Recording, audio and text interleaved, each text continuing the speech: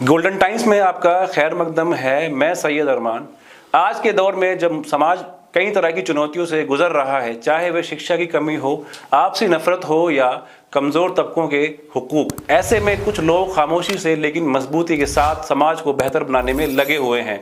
आज golden times के podcast में हमारे साथ मौजूद हैं समाज सेवी एडवोकेट जाकिर अली साहब, जो भाईचारे, इंसाफ और तालीम को आम करने के लिए लगातार काम कर रहे हैं। आज की ये बातचीत खास तौर पर इस बात पर होगी कि मुसलमानों में आधुनिक शिक्षा को कैसे बढ़ाया जाए, भारतीय समाज में बढ़ती नफरत को किस तरह कम किया जाए।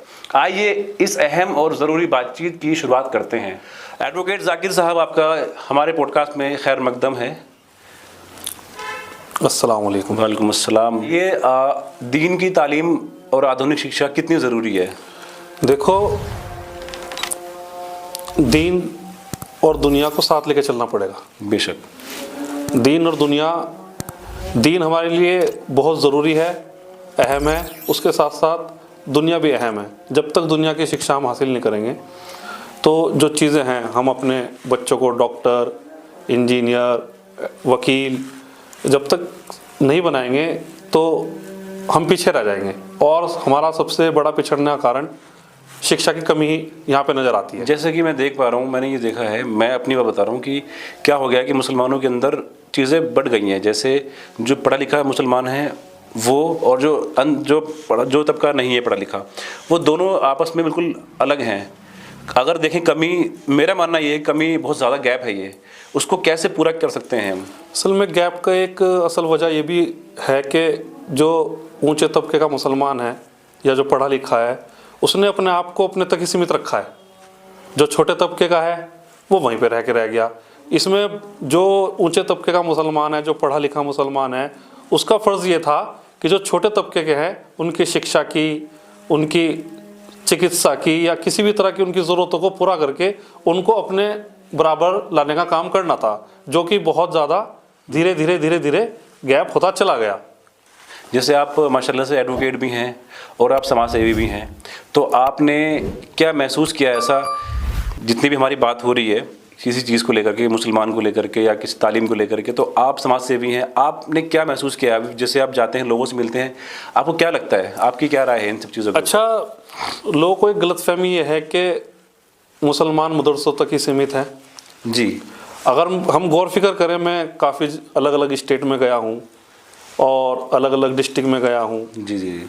तो मैंने जो महसूस किया है कि मुसलमानों के हालात इस वक्त, ना ही तो उनके पास दीन की तालीम है, ना ही उनके पास दुनिया की तालीम है।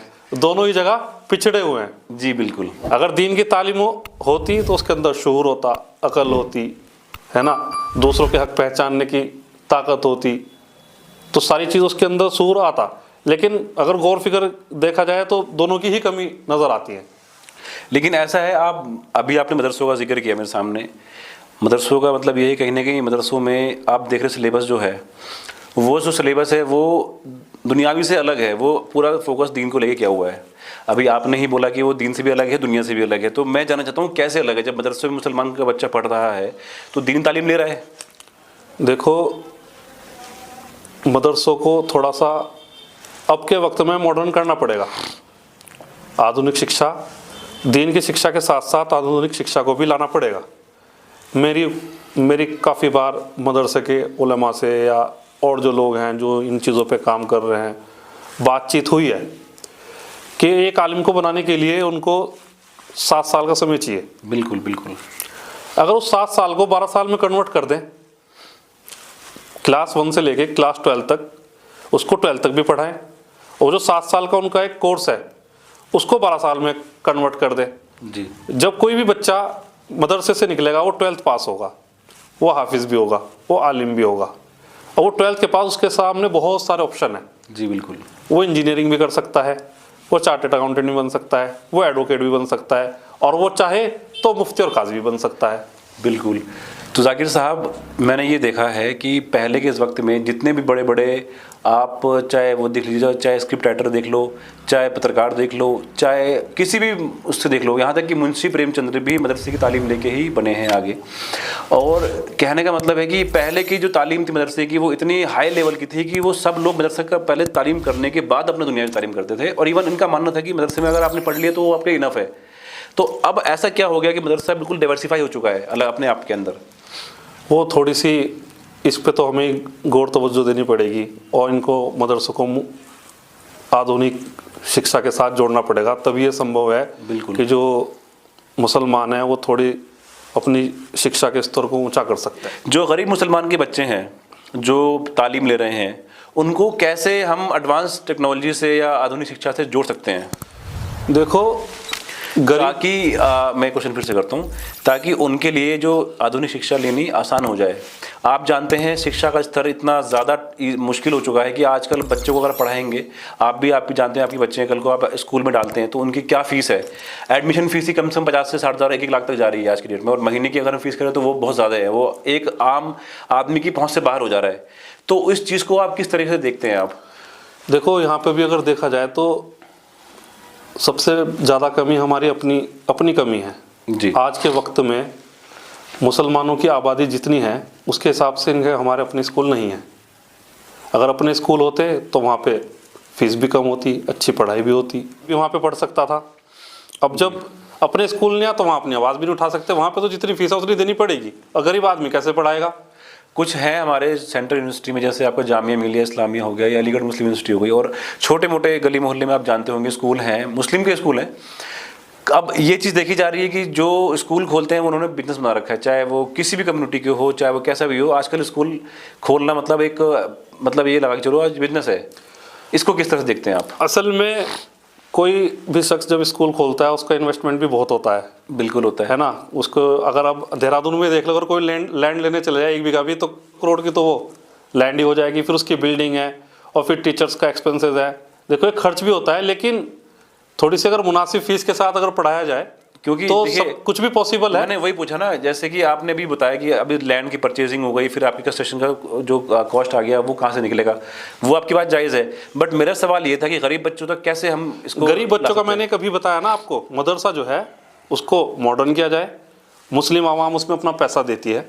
बिल्कुल, गरीबों के लिए तो है मदरसा, मदरसों को ही अपग्रेड किया जाए, उसी में क्लास 1 से लेकर 12th तक वो शिक्षा उपलब्ध कराई जो प्राइवेट स्कूल दे रहे हैं। आप ये बताइए, आप भी समाज सेवी भी हैं माशाल्लाह, वकील भी हैं, आपको काफ़ी दुनिया भर की नॉलेज भी होगी।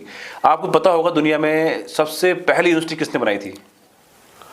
गालिबन सैयद फातिमा नाम है उनका, फातिमा अल फहरी। हाँ, मिस्र की थी और उन्होंने ही पहली यूनिवर्सिटी बनाई थी। तो फिर हमारा तबका इतना पीछे क्यों है? और वो हमारा इस्लामिक गोल्डन एक एरा था। आपको मालूम होगा, जैसे हम जो आज फ़ोन चला रहे हैं या ये सामने कैमरा, ये जितनी टेक्नोलॉजी चल रही है उसमें एक आता है वर्ड एल्गोरिदम। इसके फाउंडर भी अल ख्वारिज़मी जी, एक मिस्र के जाने माने वो साइंसदान थे, उन्होंने ही इसका इजाद किया है। और इवन अलजबरा, वो अलजबर से निकला है। आप समझना चाह रहे हैं मैं किस बात पे कहना चाह रहा हूँ आपसे? मतलब मुसलमानों का एक गोल्डन टाइम था।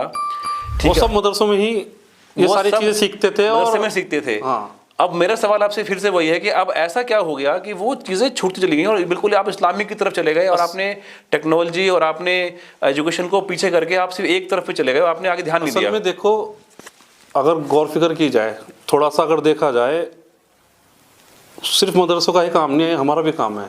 बिल्कुल। मदरसे की अगर हम बात की जाए, मदरसे 100 में से 1 या 1.5% मुस्लिम बच्चे मदरसों में पढ़ते होंगे। 98-99% कहाँ जा रहे हैं?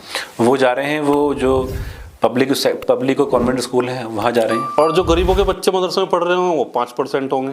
बिल्कुल। 95 कहाँ हैं? तो जो 98% लोग अपने बच्चों को इंग्लिश मीडियम में या कहीं पे भेज रहे हैं, उनका भी तो एक कर्तव्य है कि वो मिल के अपना एक स्कूल बनाए। जैसे मदरसों को ही देखिए, अगर मदरसे नहीं मॉडर्न हो रहे हैं तो अपने कोई ऐसे स्कूल बना दें।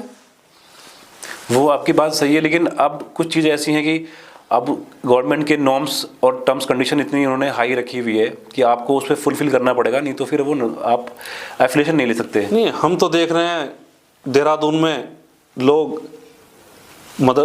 स्कूल चला रहे हैं जो यहाँ के भी नहीं हैं, जो भी अच्छा। 5 साल से आए हैं देहरादून में, उनके नॉर्म्स कैसे पूरे हो रहे हैं? उन्होंने करना चाहा तो उन्होंने कर लिया, हमने नहीं करना चाहा तो बहाने हजार हैं। सारे नॉर्म्स फुलफिल करें ना हम। बिल्कुल। चीज़ और भी देखी है मैंने वकील साहब कि कहीं ना कहीं इसमें होता है ये कि अभी आपने मुझे बोला था कि आजकल के बच्चे कहाँ जा रहे हैं, उसके पीछे कहीं ना कहीं वालिदैन की सोच भी है जो रुकावट बन रही है। आपको लगता है कि ऐसा कुछ है? असल में वालिदैन की भी सोच है, बच्चा 13 साल का हुआ, 14 साल का हुआ, उसे काम पे लगा दिया जाए, क्या करेगा पढ़ के, नौकरी तो मिलती नहीं है ना। वो 13-14 साल का होता है, उसे कुछ ना किसी काम पे लगाना शुरू कर देते हैं, उससे थोड़ी सी इनकम होनी शुरू हो जाती है, तो उस वक्त के लिए वो फ़ायदा महसूस देता है। शिक्षा की कमी और इंसाफ, आपका इसमें क्या अनुभव है? अगर आदमी के पास शिक्षा है तो अपने इंसाफ के लिए लड़ेगा।